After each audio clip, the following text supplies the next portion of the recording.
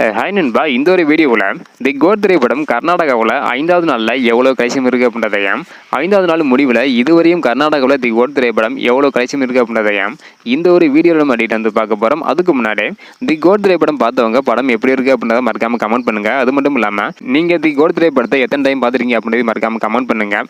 அப்படி என்ன நம்ம சேனலில் சப்ஸ்கிரைப் பண்ண பார்த்தீங்கன்னா மறக்காமல் பண்ணிக்கோங்க. ஓகே நண்பா, வாங்க நினைக்கிற வீடியோக்குள்ளே போகலாம். ஓகே நண்பா, கர்நாடகாவில் 5வது நாளில் எவ்வளோ கலெக்ஷன் இருக்குது அப்படின்றத பார்க்குறதுக்கு முன்னாடி இதுக்கு முன்னாடி வந்து பார்த்தீங்கன்னா தமிழ்நாடு கேரளாவில் 5வது நாள்லையும் அது மட்டும் இல்லாமல் 5வது நாள் முடிவில் இதுவரையும் எவ்வளோ கலெக்ஷன் இருக்குது அப்படின்றக்கான வீடியோ நம்ம சேனலில் போட்டிருக்கிறோம். பார்க்கல அப்படின்னா மறக்காம செக் பண்ணி பாருங்கள். ஸோ இப்போ வந்து பார்த்தீங்கன்னா கர்நாடகாவில் எவ்வளோ கலெக்ஷன் இருக்குது அப்படின்றத டீலாக வந்து பார்த்துடலாம்.